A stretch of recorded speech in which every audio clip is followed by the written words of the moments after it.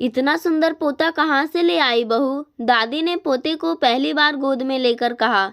जरा तो मेरे बुढ़ापे का ख्याल किया होता। इसके लिए सुंदर बहू कहाँ ढूंढती फिरूंगी। कॉलेज तक पहुँचते पहुँचते दादी के ये शब्द अंकित को हजारों बार सुनने के कारण याद हो गए थे और वह अपने रूप रंग में घमंडी हो गया था। पापा का कहना था कि सुंदर और स्मार्ट लगने से कुछ नहीं होगा, तुम्हें पढ़ाई खेलकूद में भी होशियारी दिखानी होगी। और अंकित इतने दिनों में यह काम भी कर गया था और अब वह एक तरफ से ऑलराउंडर ही बन चुका था और अपने पर मर मिटने को तैयार लड़कियों में उसे कोई अपने लायक ही नहीं लगती थी। इसका फ़ायदा यह हुआ कि अंकित इश्क के चक्कर से बचकर पढ़ाई करता रहा। इसका परिणाम अच्छा रहा और आईआईटी की डिग्री और बढ़िया नौकरी आसानी से अंकित की झोली में आ गिरी। लेकिन असली मुसीबत अब शुरू हुई थी। अंकित की शादी करना पारिवारिक और सामाजिक ज़रूरत बन गई थी, लेकिन खुद अंकित को और उसके घर वालों को कोई भी लड़की पसंद नहीं आ रही थी। अचानक एक शादी में चाचा जी ने दूर से अर्पिता दिखाई तो अंकित उसे अपलक देखता रह गया। तरासे हुए नैन नक्श, सुबह की लालिमा लिए, उजला रंग और लंबा कद, बचपन में पढ़ी परी कथा की नायिका जैसी थी। पसंद है तो रिश्ते की बात चलाऊं? माँ ने पूछा। अंकित कहना तो चाहता था कि चलवाने का चक्कर छोड़कर खुद ही जाकर रिश्ता मांग लो, लेकिन एटीट्यूड से बोला, शोकेस में सजाने के लिए ठीक है, लेकिन मुझे तो पत्नी चाहिए अपने मुकाबले की पढ़ी लिखी। अर्पिता क्वालिफाइड है, एक मल्टीनेशनल कंपनी में हेड है। अब तुम मुझसे अपने टक्कर के लगते हो या नहीं, यह मैं नहीं कह सकता। चाचा जी ने अंकित की बातों से चिढ़कर नहले पर दहला दे मारा। खिसियाया अंकित इतना ही पूछ सका, आप यह सब कैसे जानते हैं? अक्सर मैं इसके पापा के साथ गोल्फ खेलकर लंच लेता हूँ, तभी परिवार के बारे में बातचीत हो जाती है। आपने उनको मेरे बारे में बताया है कि नहीं? अभी तक तो नहीं, लेकिन वह यही है, चाहो तो मिलवा सकता हूँ। अंकित ने कहना तो चाहा कि पूछते क्यों हैं, जल्दी से मिलवाइए, पर घमंड ने फिर सिर उठाया। ठीक है, मिल लेते हैं, लेकिन शादी ब्याह की बात आप अभी नहीं करेंगे। मैं तो कभी नहीं करूँगा, परस्पर परिचय करवा दूंगा, कहकर चाचा ने उसे डॉक्टर विश्वास से मिलवा दिया। जैसा उसने सोचा था, विश्वास ने तुरंत अपनी बेटी अर्पिता और पत्नी निधि से मिलवाया और अंकित ने उन्हें अपने मम्मी पापा से मिलवाया। परिचय करवाने वाले चाचा जी शादी की भीड़ में ना जाने कहाँ खो गए। किसी ने उन्हें ढूंढने की कोशिश भी नहीं की। चलने से पहले डॉक्टर विश्वास ने उन लोगों को अगले हफ्ते डिनर पर बुलाया, जिसे अंकित के परिवार ने सहर्ष मान लिया।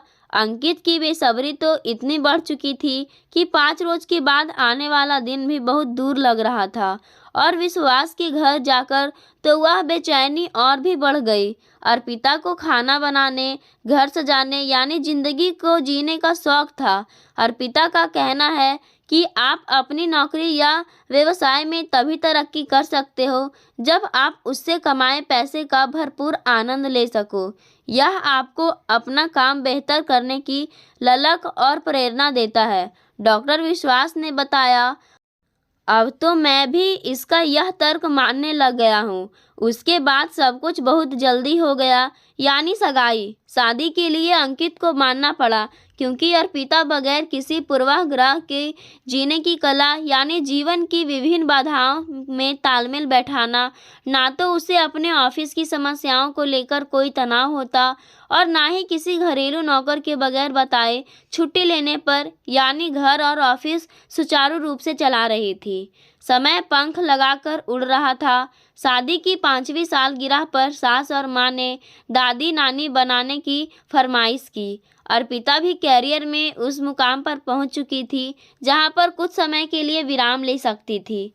अंकित को भी कोई ऐतराज नहीं था, सो दोनों ने स्वेच्छा से परिवार नियोजन को तिलांजलि दे दी। लेकिन जब साल भर तक कुछ नहीं हुआ तो अर्पिता ने मेडिकल परीक्षण करवाया। अर्पिता की फैलोपियन ट्यूब में कुछ विकार था जो इलाज से ठीक हो सकता था। डॉक्टर विश्वास शहर की जानी मानी स्त्री रोग स्पेशलिस्ट डॉक्टर नंदिनी से अपनी देखरेख में अर्पिता का उपचार करवाने लगे। प्रत्येक टेस्ट अपने सामने 2 प्रयोगशालाओं में करवाते थे। उस रात अंकित और अर्पिता रात का खाना खाने ही वाले थे कि अचानक डॉक्टर विश्वास और निधि आ गए। डॉक्टर विश्वास अपने दामाद के बाहों में भरकर बोले, साल भर पूरा होने से पहले ही मुझे नाना बना दो बेटा। आज की रिपोर्ट के मुताबिक अर्पिता अब एकदम स्वस्थ है, सो जल्दी से हमें नाना बनने की इच्छा है। आज तो घर पर ही सेलिब्रेट कर लेते हैं पापा, अर्पिता ने शर्माते हुए कहा। बाहर किसी जान पहचान वाले ने वजह पूछ ली तो क्या कहेंगे? वही जो सच है, मैं तो खुद ही आगे बढ़कर सबको बताना चाह रहा हूँ, मगर तुम कहती हो तो घर पर ही सही। विश्वास ने अंकित को छेड़ा। नाना बनने वाला हूँ। देर रात आने वाले मेहमान के आगमन की तैयारी की बातें करते रहे। निधि ने याद दिलाया कि घर चलना चाहिए, सुबह सबको काम पर जाना है। पापा, आपके साथ ड्राइवर नहीं है? आप अपनी गाड़ी यहीं छोड़ दे, सुबह ड्राइवर से मंगवा लीजिएगा। अभी आपको हम लोग घर पहुंचा देते हैं, अंकित ने कहा। बेटा जी, तुम लोग तो अब तुरंत आने वाले मेहमान के बारे में सोचो, हमारी फिक्र मत करो। गाड़ी क्या, आज तो मैं हवाई जहाज भी चला सकता हूँ, विश्वास जोश से बोले। उसी जोश में तेज गाड़ी भगाते हुए उन्होंने सड़क के किनारे खड़े बस को इतना जोर से टक्कर मार दी कि गाड़ी में तुरंत आग लग गई, जिसके बुझने पर राख में सिर्फ अस्थि पंजर और लोहे के भाग मिले। से सब कुछ पल भर में ही भस्म हो गया। अर्पिता तो इस हादसे से जैसे गायब ही हो गई थी। अकेली संतान होने के कारण समझ ही नहीं पा रही थी कि कैसे खुद को संभाले और कैसे मम्मी पापा द्वारा छोड़ी गई। अपार संपत्ति को अंकित उसके अथाह दुख को समझ रहा था और यथासंभव उसकी सहायता भी कर रहा था। अर्पिता ऑफिस तो जाती थी, लेकिन पति और घर की ओर से प्रायः उदासीन हो चली थी। अंकित का संयम टूटने लगा था। एक रोज अर्पिता ने बताया कि उसने वकील से पापा की संपत्ति का समाज सेवा संस्था के लिए ट्रस्ट बनाने को कहा था, मगर उनका कहना है कि फिलहाल बंगले को किराए पर चढ़ा दो और पैसों को फिक्स्ड डिपॉजिट में डालती रहो। कुछ वर्षों के बाद जब पापा के नाती नातिन बड़े हो जाएं, तो उन्हें फैसला करने देना कि वे उस संपत्ति का क्या करना चाहते हैं। बिल्कुल ठीक कहते हैं वकील साहब, मम्मी पापा जीवित रहते तो यही करते और तुम्हें भी वही करना चाहिए जो मम्मी पापा की अंतिम इच्छा थी, अंकित ने कहा। अंतिम इच्छा क्या थी? अपने नाती नातिन को जल्दी से दुनिया में बुलवाने की। हमें उनकी यह इच्छा जल्दी से जल्दी पूरी करनी चाहिए। अंकित ने मौका लपका और अर्पिता के निकट आ गया। अर्पिता कसमसा कर पीछे हट गई। अभी मैं शोक में हूँ। कब तक शोक में रहोगी? तुम्हारे इस तरह से शोक में रहने से मम्मी पापा लौट आएंगे। अर्पिता ने मायूसी से सिर हिलाया, फिर बोली, मगर मुझे सिवा उनकी याद में रहने के और कुछ भी अच्छा नहीं लगता। मगर मुझे ब्रह्मचारी बनकर रहना अच्छा नहीं लग रहा। अपनी पुरानी जिंदगी के साथ ही मुझे अब बच्चा भी चाहिए, अंकित गुस्से से कहा ना, मैं अभी उस मनोस्थिति में नहीं हूँ। मनोस्थिति बनाना अपने हाथ में होता है अर्पिता। मैं अब बच्चे के लिए ज़्यादा इंतज़ार नहीं करना चाहता। औलाद सही उम्र में होनी चाहिए ताकि रिटायरमेंट से पहले आप अपने बच्चों को जीवन में व्यवस्थित कर सके, अंकित ने समझाने के स्वर में कहा। उफ, तो आप भी सोचने लगे हैं, और वह भी बहुत दूर की, अर्पिता व्यंग से बोली। अंकित तिलमिला गया। अर्पिता समझती क्या है अपने को? बजाय इसके कि उसके संयम और सहयोग की सराहना करे, अर्पिता उसका मजाक उड़ा रही है। बहुत हो गया, अब अर्पिता को उसकी औकात बतानी ही पड़ेगी। अर्पिता, बेहतर रहेगा तुम भी ऐसा ही सोचने लगो, अंकित ने भी उसी अंदाज में कहा।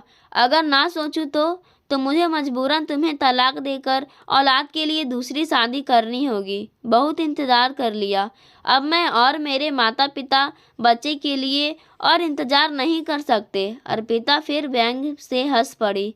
यह वजह तलाक के लिए काफ़ी नहीं होगा, मैं उंगली टेढ़ी करनी भी जानता हूँ और तुम्हें चरित्रहीन साबित करके आसानी से तलाक ले सकता हूँ। फर्जी गवाह या फोटो तो 2000 मिलते हैं, तुम्हें तो उनकी तलाश भी नहीं करनी पड़ेगी। मेरी तरक्की से जले भुने बहुत लोग हैं, तुम जो चाहोगे उससे भी ज़्यादा मुफ्त में कर देंगे। अर्पिता ने कहने का ढंग से अंकित भी हंस पड़ा। तलाक की बात अर्पिता को बुरी तो बहुत लगी थी, लेकिन इस समय वह बात को बढ़ाकर एक और समस्या खड़ी नहीं करना चाहती थी, सो उसने बड़ी सफाई से बात बदल दी। फोटो के जिक्र पर याद आया, अंकित आज की खबर में तुमने सरोज का फोटो देखा? हाँ, और उसे पेज 3 पर आने के लिए बधाई भी दे दी। अंकित हंसा, कब से हाथ पैर मार रहा था इसके लिए। बात आई गई हो गई। 34 रोज के बाद अर्पिता अचानक बेहोश हो गई। इसकी वजह टेंशन भी हो सकती है, मगर क्या पता खुशी दरवाजे पर दस्तक दे रही हो। उसने तुरंत डॉक्टर नंदिनी को फ़ोन किया। कुछ काम निपटा कर वह डॉक्टर के पास जाने को निकल ही रहा था कि कुरियर से जाने माने वकील द्वारा भिजवाया गया अंकित का तलाक का नोटिस मिला। अर्पिता का सिर घूम गया। वह कुछ देर बाद कुछ सोचती रही, फिर मुस्कुराकर बाहर आ गई। डॉक्टर नंदिनी उसकी जांच करने के बाद मोबाइल नंबर मिलाने लगी। बधाई हो अंकित, अर्पिता को 10 सप्ताह का गर्व है। तुम तुरंत मेरे नर्सिंग होम में पहुंचो, मैं तुम दोनों को एक साथ कुछ सलाह दूंगी। इतना कहकर डॉक्टर नंदिनी अर्पिता की ओर मुड़ी। अब तक सब ठीक रहा है तो आगे भी ठीक रहेगा, ये जरूरी नहीं। तुम्हें अपना बहुत ख्याल रखना होगा, जो तुमसे होगा नहीं, इसलिए अंकित को यह जिम्मेदारी सौंपूंगी। अर्पिता मुस्कुरा दी। उस मुस्कुराहट में छिपा व्यंग डॉक्टर नंदिनी ने नहीं देखा। अंकित से खुशी समेटे नहीं सिमट रही थी। बोला, आप फिक्र मत करिए डॉक्टर साहिबा, मैं साए की तरह अर्पिता के साथ रहूँगा। काम से लंबी छुट्टी ले लूँगा, मगर मैं तो तब तक काम पर जा सकती हूँ। अर्पिता ने दृढ़ स्वर में कहा, घर में बेकार बैठकर बोर होने का असर मेरी सेहत पर पड़ेगा।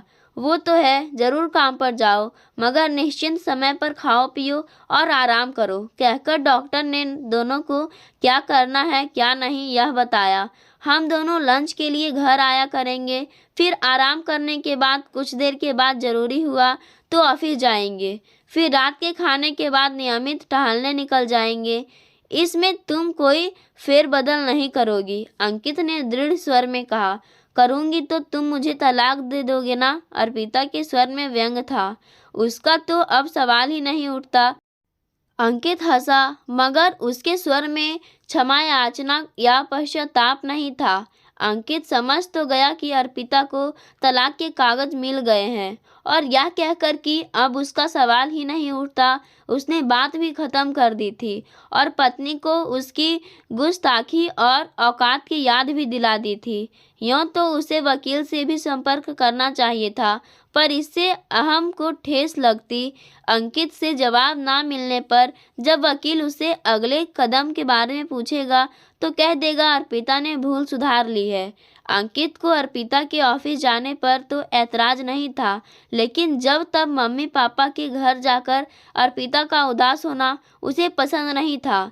घर की देखभाल के लिए जाना भी जरूरी था, नौकरों के भरोसे तो छोड़ा नहीं जा सकता था। अंकित ने अर्पिता को समझाया कि क्यों न पापा की क्लिनिक संभालने वाले डॉक्टर सरोज से बंगले में ही रहने को कहे। सुनकर अर्पिता फड़क उठी, जैसे किसी बहुत बड़ी समस्या का हल मिल गया हो। उसके बाद अर्पिता तनाव मुक्त हो गई। आज मैं ऑफिस नहीं जाऊंगी, घर पर रहकर छोटे मोटे काम करूंगी। एक रोज अर्पिता ने बड़े सहज भाव से कहा, फिक्र मत करो, थकाने वाला काम नहीं है, और फिर घर पर ही हूँ, थकान होगी तो आराम कर लूँगी। अंकित ऑफिस चला गया। जब वह लंच के लिए घर आया तो पत्नी घर पर नहीं थी। नौकर ने बताया कि कुछ देर पहले गाड़ी में सामान से भरे हुए कुछ बैग और सूटकेस लेकर मैडम बाहर गई है। यह नहीं बताया कि कब आएंगी या कहाँ गई है। नहीं साहब, जाहिर था कि सामान लेकर अर्पिता अपने पापा के घर ही गई होगी। अर्पिता को फ़ोन करने के बजाय अंकित वहां जाना बेहतर समझा। उसकी गाड़ी को देखते ही दरवाज़ा खोलने के बजाय वॉचमैन ने रुखाई से कहा। बिटिया ने कहा, आपको अंदर नहीं आने दे। तभी अंदर से डॉक्टर सरोज आ गया। बोला, अर्पिता से अब आपका संपर्क केवल अपने वकील द्वारा ही होगा, सो आइंदा यहाँ मत आइएगा। कैसे नहीं आऊँगा? अर्पिता मेरी पत्नी है। वह पत्नी जिसे आपने बद चलने के आरोप में तलाक का नोटिस भिजवाया है। सरोज ने व्यंग से बात काटी और कहा, आप अपने वकील से अर्पिता की प्रतिक्रिया की फोटोकॉपी ले लीजिए और तुरंत उसके वकील को केस और आरोप वापस लेने का नोटिस भिजवा दे। इससे मामला बहुत बिगड़ जाएगा। अर्पिता की वकील नेहा जी? हाँ, आप उन्हें जानते हैं? हाँ, अर्पिता की बहुत अच्छी सहेली है, तो आप उनसे मिलकर समझौता कर लीजिए। अंकित तुरंत नेहा के घर गया। उसकी आशा के विपरीत नेहा उसे बहुत अच्छी तरह मिली। फिर अंकित ने कहा, मैं बताना चाहता हूँ कि मैंने वह नोटिस अर्पिता को महज झटका देने के लिए भिजवाया था, उसे अपनी गलती का एहसास करवाने को। उसके गर्भवती होने की खबर मिलते ही मैंने उससे कहा भी था कि अब तलाक का सवाल ही नहीं उठता, तो बात को रफा दफा करने के बजाय अर्पिता ने मामला आगे क्यों बढ़ाया? क्योंकि तुमने उसके स्वाभिमान को ललकारा था अंकित, या यह कहो उस पर अपनी मर्दानगी थोपनी चाहिए थी। यदि उसी समय तुम नोटिस भिजवाने के लिए माफ़ी मांग लेते तो हो सकता था कि अर्पिता मान जाती, लेकिन तुमने तो अपने वकील को भी नोटिस खारिज करने को नहीं कहा, क्योंकि इससे तुम्हारा अहम आहत होता था। मैं मानती हूँ सर्व साधारण से हट कर हो तुम, लेकिन अर्पिता भी तुमसे कम नहीं है। फिर वह क्यों स्वयं को डोरमैट बनवाए, क्यों लहूलुहान करवाए अपना सामान? नेहा बोली, मेरे चरित्रहीनता वाले आरोप को मानकर क्या हुआ? स्वयं ही खुद पर कीचड़ नहीं उछाल रही? नहीं अंकित, अर्पिता का मानना है कि विवाह एक पवित्र रिश्ता है जो दो प्यार करने वालों के बीच होना चाहिए। वह अच्छी तरह जानती है कि मैं उसे कितनी शिद्दत से प्यार करता हूँ। अंकित ने बात काटी, अर्पिता का कहना है कि तुम सिर्फ खुद से और खुद की उपलब्धियों से प्यार करते हो। अर्पिता जैसी ब्रेन विद ब्यूटी कहलाने वाली बीवी भी एक उपलब्धि ही तो थी तुम्हारे लिए। अगर तुम्हें उससे वाकई में प्यार होता तो तुम उसके लिए चरित्रहीन जैसा घिनौना शब्द इस्तेमाल ही नहीं करते। वह तो मैंने अर्पिता के उकसाने पर ही किया था। खैर, अब बोलो आगे क्या करना है, या तुम क्या कर सकती हो? बगैर तुम्हारे आरोप की धज्जियां उड़ाए या तुम्हारे वकील को अर्पिता के चरित्र पर कीचड़ उछालने का मौका दिए आपसी समझौते से तलाक दिलवा सकती हूँ। मगर मैं तलाक नहीं चाहता, अर्पिता चाहती है और मैं अर्पिता की वकील हूँ। वही करूँगी जो वह चाहती है। तो तलाक करवा दो, मगर इस शर्त पर कि मुझे अपने बच्चे को देखने का हक होगा। चरित्रहीन का आरोप लगाने के बाद तुम किस मुंह से यह शर्त रख सकते हो अंकित? बच्चे के लिए यह तलाक हो जाने के बाद या तुम दूसरी शादी कर लेना, या अपनी उपलब्धियों अथवा घमंड को पालते रहना बच्चे की तरह। कहकर नेहा व्यंग से हंस पड़ी। सलाह के लिए शुक्रिया। घमंडी अंकित ने इतना ही कह सका। दोस्तों, अंकित को अपने रंग रूप पर इतना घमंड हो गया था कि उसे अपनी ही पत्नी का आत्मसम्मान आहत करने में श्रम नहीं आई। आज उसी की परिणाम है कि उसकी पत्नी अपनी समझदारी से उसे तलाक ले ली और उसे बताना भी ज़रूरी नहीं समझी। आपको कहानी कैसी लगी हमें कमेंट के माध्यम से ज़रूर बताएं। धन्यवाद।